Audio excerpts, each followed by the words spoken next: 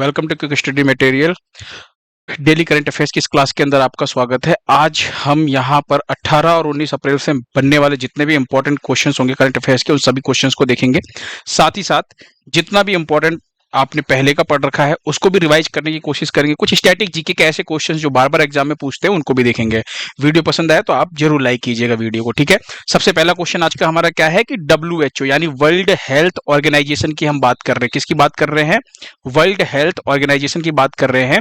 यानी WHO ने किस देश में पोलियो के प्रकोप की घोषणा की? अगर हम बात करें तो पोलियो एक तरह का रोग होता है ना। पोलियो के जो प्रकोप है इसकी घोषणा की है, तो आपको ध्यान रखना है अभी WHO ने पापुआ न्यू गिनी के अंदर पोलियो के प्रकोप की घोषणा की है। यहां पर एक चीज समझिएगा, ये जो पोलियो रोग होता है ना, ये पोलियो वायरस के कारण होता है, जो मुख्यतः आपको देखने को मिलेगा जो 5 साल से कम उम्र के बच्चे होते हैं, 0 से 5 वर्ष के जो बच्चे होते हैं ना, इनके अंदर आपको देखने को मिलता है ना। और ज्यादातर खास करके इन्हीं बच्चों को प्रभावित करता है। फिर अगर हम बात करें तो इसके अंदर होता क्या है, तो शरीर के तंत्रिका तंत्र को प्रभावित करता है ये जो पोलियो, ये जो आपका रोग है ये, ठीक है, ये आपको ध्यान रखना है।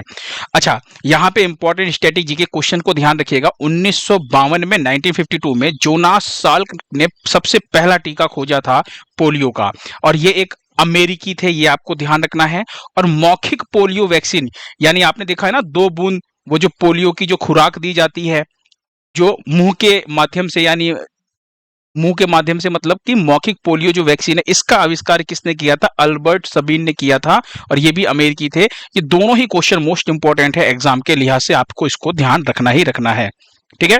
बात करें यहाँ पे पापुआ न्यू गिनी की, तो पापुआ न्यू गिनी कहां पर है? तो वर्ल्ड मैप में एक बार देखिए पापुआ न्यू गिनी को, है ना, आपको पता चलेगा कहां पे है। ये अपना इंडिया है। जब आप यहां से इधर से होते हुए बांग्लादेश, म्यांमार, है ना, यहाँ पे धीरे धीरे नीचे जब आएंगे, यहाँ पे इधर अब ये जो आप आएंगे ना, यहाँ पे इधर ये ऑस्ट्रेलिया महाद्वीप आपको दिख रहा है। ऑस्ट्रेलिया महाद्वीप के जस्ट ऊपर यहाँ पर देखिए, ये जो आपको छोटा सा हिस्सा दिख रहा है प्रशांत महासागर के अंदर स्थित, ये जो छोटा सा देश है जो रेड कलर का दिख रहा है, यही है आपका पापुआ न्यू गिनी, ठीक है। तो आपको ध्यान रखना है वर्ल्ड मैप में किस जगह पर इसकी लोकेशन है। और कोई भी चीज जब करंट अफेयर्स की अगर हम बात करें, कोई देश अगर करंट अफेयर्स के अंदर यानी कि नॉर्मल अगर हम देखें न्यूज में रहता है, चर्चा में रहता है, तो उसकी राजधानी आप जरूर याद करके रखिएगा, ठीक है। एग्जाम में पूछने की संभावना सबसे ज्यादा होती है।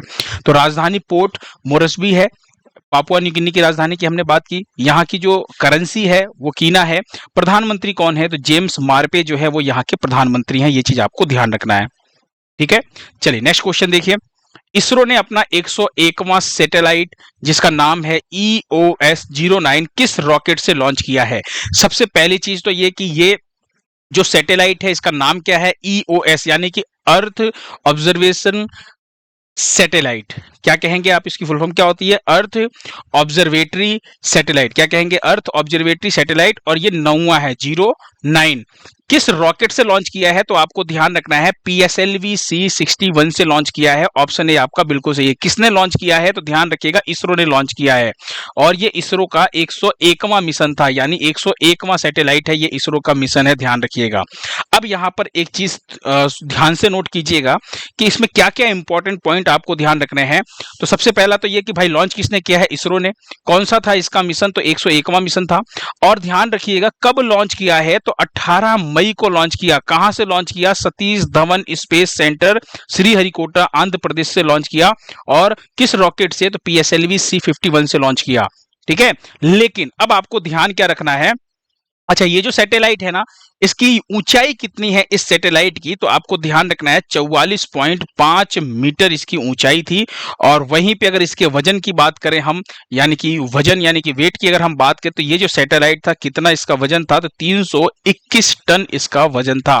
अब यहां पर बात ये हुई है कि ये जो सैटेलाइट है ये पहले चरण में तो बिल्कुल सक्सेसफुल रहा, दूसरा चरण भी इसका बिल्कुल सही रहा, और ये जो हमारा रॉकेट है इसका जो तीसरा चरण था ना, ये थोड़ा सा यहाँ पे तकनीकी गड़बड़ी आई है, और इसकी वजह से जो हमारा मिशन था वो फेल हो गया। तो आपको ध्यान रखना है कि ये जो हमारा मिशन था ये फेल हो गया है, है ना, जो लॉन्चिंग थी वो सफल लॉन्चिंग नहीं हो सकी है, हमारी जो लॉन्चिंग है वो फेल हो गई, असफल हो गई। इसरो की बात करें तो इसरो की जो स्थापना है वो 15 अगस्त 1969 में होता है। इसका हेडक्वार्टर जो है बेंगलुरु कर्नाटक के अंदर स्थित है। और अध्यक्ष कौन है, तो इंपॉर्टेंट मार्क कीजिएगा अध्यक्ष, चूंकि अध्यक्ष अभी नए बनाए गए हैं इसलिए इंपॉर्टेंट है। वी नारायणन अध्यक्ष हैं इसके 11वें। और स्टैटिक जीके के लिहाज से ध्यान रखिएगा पहले अध्यक्ष कौन थे, तो डॉक्टर विक्रम साराभाई इसके पहले अध्यक्ष थे। ठीक है, याद रखिएगा। नेक्स्ट क्वेश्चन देखिए, भारत में अपना कैंपस स्थापित करने वाला पहला अमेरिकी विश्वविद्यालय कौन सा बना है, यानी फर्स्ट अमेरिकी यूनिवर्सिटी कौन सी बनी है, तो आपको ध्यान रखना है इलिनॉय स्टेट। इस यूनिवर्सिटी का नाम क्या है, इलिनॉय स्टेट। ये जो आप यूनिवर्सिटी देख रहे हैं ये वही है, इलिनॉय स्टेट। अगर हम इलिनॉय स्टेट की फुल फॉर्म देखें यहां पर तो ध्यान रखिएगा क्या है, लिनोइस इंस्टीट्यूट ऑफ टेक्नोलॉजी इसको कहा जाता है। कहां पर है ये यूनिवर्सिटी स्थित, तो आपको ध्यान रखना है अमेरिका के शिकागो शहर में स्थित है ये यूनिवर्सिटी। और इसका जो भारत में अपना पहला कैंपस जो स्थापित करने वाली है, भारत में कहां पर स्थापित करेगी, तो मुंबई में स्थापित करेगी, महाराष्ट्र राज्य में। और ध्यान रखिएगा यूजीसी जो कि क्या देता है, मान्यता देता है यूनिवर्सिटीज को, तो यूजीसी से अनुमोदन प्राप्त करने वाला पहला अमेरिकी विश्वविद्यालय भी यही बना है। ठीक है, याद हो जाएगा। अब देखिए यहां पर ना अगर हम बात करें तो ऐसे जो क्वेश्चंस होते हैं, जो कोई भी चीज अगर पहली बार एग्जाम में हो, मतलब कहने का मतलब कोई पहली बार कोई घटना घट रही हो, तो वो क्वेश्चन थोड़े से इंपॉर्टेंट होते हैं। तो आप उन क्वेश्चंस को ना एक बार, जैसे नॉर्मल क्वेश्चंस को अगर आप एक बार पढ़ रहे हैं तो उस क्वेश्चंस को आप 2 बार पढ़िए, क्योंकि ये जो होता है एग्जाम के लिहाज से इंपॉर्टेंट होता है। जैसे पहला अमेरिकी विश्वविद्यालय बना है, ठीक है, भारत में अपना कैंपस स्थापित करने वाला, तो जब कभी भी पहला आ जाए, पहली महिला आ जाए, दुनिया में पहला, भारत में पहला, तो वो थोड़ा सा इंपॉर्टेंट रहता है। अगला क्वेश्चन देखिए, किस राज्य के गया जिले का नाम बदल करके गया जी रखा गया है। देखिए पहले नाम था गया, आगे जी लगा दिया जाएगा, इसका मतलब बस इतना सा है, सम्मान देने के लिए, आप समझिए चीजों को। ठीक है, यहां पे अगर हम बात करें तो सम्मान देने के लिए गया का नाम गया जी रखा गया है। और ये जो गया जी है ना, ये बहुत ही कॉमन नेम है, हिंदू धर्म के लिहाज से काफी महत्वपूर्ण स्थान है। ये कहां पर है, ये तो आपको ध्यान रखना है बिहार के अंदर स्थित, तो ऑप्शन सी आपका बिल्कुल सही है। हम बात करें तो पितृपक्ष, आपने नाम सुना होगा, पितृपक्ष में अपने पूर्वजों को पिंड दान करने की परंपरा जो है वो कई सालों से चली आ रही है। और वो जो कार्यक्रम किया जाता है वो कहां पर किया जाता है पितृपक्ष में, वो यहीं गया जो स्थान है यहीं पर किया जाता है। और अब इस गया का नाम बदल करके गया जी रख दिया गया है। बिहार सरकार ने इसको मंजूरी दी है ना। ये वो लेटर है, आप देखिए यहाँ पे, पौराणिक, ऐतिहासिक और धार्मिक महत्व के मद्देनजर गया शहर का नाम बदल करके गया जी किया गया है। ठीक है, कहां पर स्थित है, तो बिहार में स्थित है। नेक्स्ट क्वेश्चन देखिए, हाल ही में विदेश मंत्री एस जयशंकर, ये आप जो इमेज में देख रहे हैं यही है विदेश मंत्री एस जयशंकर, है ना। बात करें तो ये अभी 6 दिवसीय यात्रा पर कहां गए हैं, तो ये अभी 6 दिवसीय यात्रा पर निकले हैं। और ये जो 6 दिवसीय यात्रा पर निकले हैं ये कौन कौन से देश जाने वाले हैं, तो नीदरलैंड जाएंगे, डेनमार्क जाएंगे और जर्मनी जाएंगे। तो ऑप्शन डी जो है सभी ये आपका बिल्कुल सही है। तो 6 दिवसीय की यात्रा पर निकले हैं और इन 3 देशों में जाएंगे, नीदरलैंड, डेनमार्क और जर्मनी। ये हमारे भारत के विदेश मंत्री हैं, नाम है इनका सुब्रमण्यम जयशंकर यानी एस जयशंकर। ठीक है, अगला क्वेश्चन देखिए, अंतरराष्ट्रीय संग्रहालय दिवस कब मनाया जाता है। अंतरराष्ट्रीय संग्रहालय दिवस जो है ये हर साल 18 मई को मनाया जाता है। Option B is the correct answer. वहीं पे 18 मई को एक और दिवस आपको ध्यान रखना है इंपॉर्टेंट, और वो कौन सा है, तो 18 मई को मनाया जाता है वर्ल्ड एड्स वैक्सीन डे। क्या है, वर्ल्ड एड्स वैक्सीन डे जो है ये भी 18 मई को मनाया जाता है। तो ये दिवस भी आपको ध्यान रखना है। वहीं पे एक और दिवस याद रखिए और वो है विश्व दूरसंचार दिवस। कौन सा, विश्व दूरसंचार दिवस। ये 17 मई को मनाया जाने वाला दिवस है। इसे बोला जाता है वर्ल्ड टेलीकम्युनिकेशन डे, है ना। तो वर्ल्ड टेलीकम्युनिकेशन डे कब, 17 मई को मनाया जाता है। नेक्स्ट क्वेश्चन देखिए, रोमानिया के बुखारेस्ट में आयोजित सुपर बेट शतरंज क्लासिक का खिताब कौन जीता है। इसकी बात कर रहे हैं, ये एक शतरंज का टूर्नामेंट है जिसका नाम है सुपर बेट शतरंज क्लासिक। और ये आयोजन कहां पर हुआ था, एग्जाम में ये भी पूछा जा सकता है। तो आपको ध्यान रखना है इसका आयोजन है रोमानिया के बुखारेस्ट में हुआ था। और इस खिताब को जीता किसने है, आर प्रज्ञानंद ने जीता है। किसने जीता है, आर प्रज्ञानंद ने इसको जीता है। और ये है शतरंज के वो महान प्लेयर जो हमारे भारत के हैं, है ना, और बहुत ही धुरंधर प्लेयर हैं। इनकी जो बहन है वो भी शतरंज की बहुत ही महान खिलाड़ी है, आपको ध्यान रखना है। चलिए नेक्स्ट क्वेश्चन देखिए, उससे पहले एक इंपॉर्टेंट पॉइंट नोट कीजिएगा, एल आर श्रीहरि का नाम। एल आर श्रीहरि जो है, ये इसलिए मैं इंपॉर्टेंट बता रहा हूं क्योंकि अभी भारत के 86वें नंबर के ग्रैंड मास्टर बने हैं। क्या बने हैं? 86वें नंबर के शतरंज ग्रैंड मास्टर बने हैं। तो ये चीज भी आपको ध्यान रखना है, एल आर श्रीहरि का नाम। नेक्स्ट क्वेश्चन देखिए, राष्ट्र के बहादुर सैनिकों के सम्मान में एक देश एक धड़कन किसने लॉन्च किया है? तो राष्ट्र के बहादुर सैनिकों के सम्मान में एक देश एक धड़कन जो इसको लॉन्च किया है, इसे लॉन्च किया है संस्कृति मंत्रालय ने। ऑप्शन सी आपका बिल्कुल सही है। ऑप्शन में आपको रक्षा मंत्रालय भी मिलेगा, लेकिन आप इसे टिक मत कीजिएगा, आपको ध्यान रखना ये संस्कृति मंत्रालय ने इसको लॉन्च किया है। अच्छा, ये जो है आपका, ये एक शक्तिशाली और बाध्यकारी एक पहल है, आपको ध्यान रखना है। इसका नाम क्या है? एक देश एक धड़कन। ठीक है, और ये जो आप यहाँ पर इमेज देख रहे हैं ना, यहाँ पे आपको ध्यान रखना है, यहाँ पे ये जो आप इमेज देख रहे हैं, ये एक सास बहु मंदिर है, बहुत ही फेमस मंदिर है। ये उदयपुर में स्थित है। कहां पर? उदयपुर में स्थित ये मंदिर है, सास बहु का मंदिर है ना। नाम थोड़ा सा अजीब लग रहा होगा आपको, लेकिन एक मजे की बात बताऊं तो ये आपके यूपीएससी में भी क्वेश्चन पूछा गया है, एसएससी में क्वेश्चन पूछा गया है कि सास बहु मंदिर कहाँ स्थित है। ठीक है, तो यहां पर आपको ध्यान रखना, ये जो मंदिर है, इस मंदिर के अंदर आपको ध्यान रखना है कि तिरंगा, यानी जो भारत का जो ट्राई कलर है, जो तिरंगा है, इस तिरंगे से लाइटिंग की गई थी। और किसके सम्मान में? जो अभी ऑपरेशन सिंदूर हुआ था, ऑपरेशन सिंदूर के अंदर क्या नाम है, जो हमारे जवान शहीद हुए थे, उन्हीं के सम्मान में, है ना, ये जो ट्राई कलर है, इससे इस मंदिर को क्या किया गया है? लाइटिंग की गई थी। प्रदर्शनी आपको दिख रही ना, ये है ना, भारत के तिरंगे से। तो इसको नाम ध्यान रखिएगा, एक देश एक धड़कन। ये जो पहल है, ये संस्कृति मंत्रालय ने लॉन्च किया है, और इसी पहल के दौरान इस सास बहु मंदिर को लाइट के माध्यम से यहाँ पे तिरंगा जो झंडा है हमारा, वो कलर यहाँ पर दर्शाया गया था। ठीक है, कहां पर स्थित है ये मंदिर? तो उदयपुर में।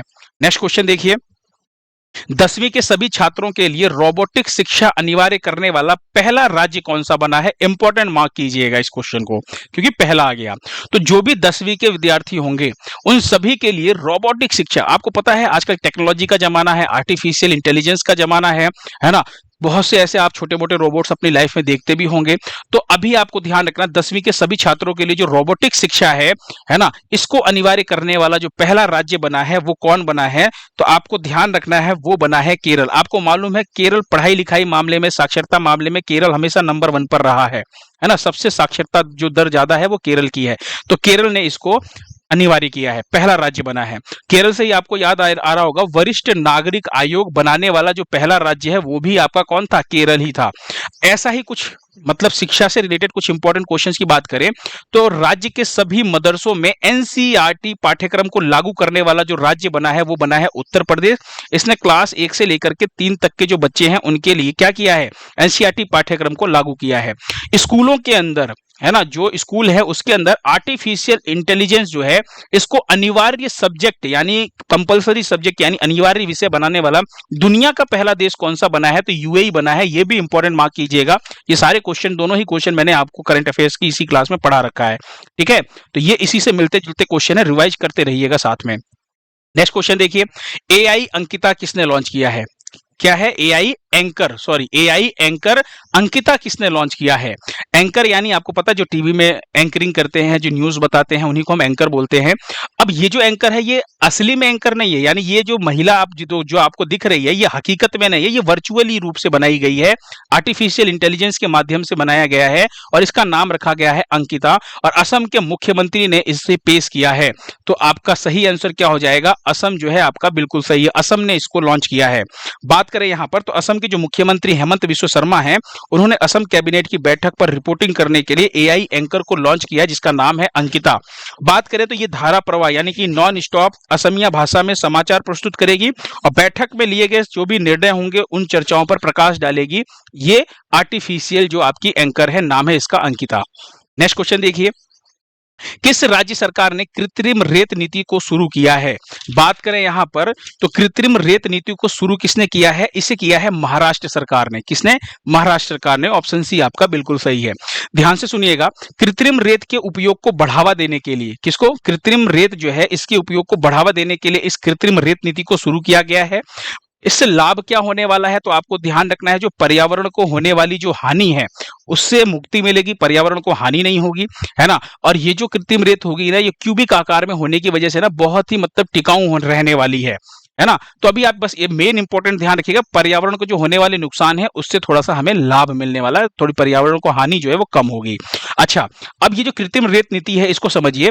अब जो भी सरकारी और अर्ध सरकारी यानी गवर्नमेंट और सेमी गवर्नमेंट जो भी निर्माण परियोजनाएं हैं उसके अंदर प्राकृतिक रेत की बजाय कृत्रिम रेत का यूज करना अनिवार्य होगा। ऐसा किसने कहा है? महाराष्ट्र सरकार ने कहा है। तो ये चीज आपको ध्यान रखना है। इसी को कृत्रिम रेत नीति अगर पूछा जाए तो आप क्या कहेंगे? महाराष्ट्र ने शुरू किया है। नेक्स्ट क्वेश्चन देखिए, भारत सरकार ने विमानन क्षेत्र में ग्राउंड हैंडलिंग करने वाली सेलेबी कंपनी, नाम ध्यान से सुनिएगा, कौन सी कंपनी? सेलेबी कंपनी पर प्रतिबंध लगाया। इसका संबंध किस देश से है? तो यहां पे आप देख रहे हैं सेलेबी कंपनी का लोगो। और विमानन ग्राउंड यानी जो एयरपोर्ट पे जो भी मतलब ग्राउंड हैंडलिंग का मतलब क्या होता है? आप देखते होंगे जब कभी भी कोई भी जहाज जाती है तो सामने एक इंसान खड़ा होकर हाथ में लाइटिंग लिया हुआ होता है ना, कुछ ड्रेस पहना हुआ होता है जो गाइड करता है। साथ ही साथ अगर मैं बात करूं यहां पर तो लोड कंट्रोल करने का काम, है ना, यात्रियों की सेवा का काम, वेयर हाउस, फ्लाइट ऑपरेशन, जो भी एक्सेट्रा जो भी चीजें हैं इन्हीं को बोला जाता है ग्राउंड हैंडलिंग। तो ये जो विमानन क्षेत्र यानी कि हम बात कर रहे हैं एविएशन सेक्टर की, इसके अंदर जो ग्राउंड हैंडलिंग करने वाली कंपनी थी उसी का नाम है सेलेबी कंपनी। इसके ऊपर प्रतिबंध लगाया गया, इसको बैन किया गया है और इसका संबंध है तुर्की से। तुर्की का नाम बदल करके तुर्की हो गया, नया नाम तुर्की है, इसी को हम तुर्की बोलते हैं। तो ध्यान रखिएगा जो तुर्की है इसने क्या किया था, अभी जब इंडिया और पाकिस्तान का युद्ध हो रहा था आपने देखा होगा, उस दौरान क्या हुआ है, उस समय तुर्की और अजरबैजान दोनों ने क्या किया था, पाकिस्तान को सपोर्ट किया था। किसने? तुर्की और अजरबैजान ने।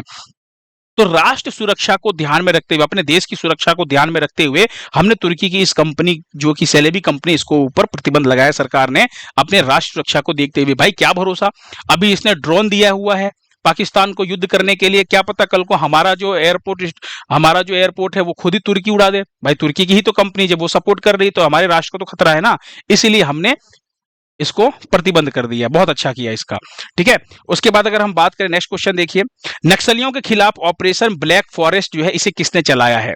तो ऑपरेशन ये जो ब्लैक फॉरेस्ट है इसे चलाया है सीआरपीएफ ने। किसके खिलाफ? नक्सलियों के खिलाफ चलाया है, आपको ध्यान रखना है।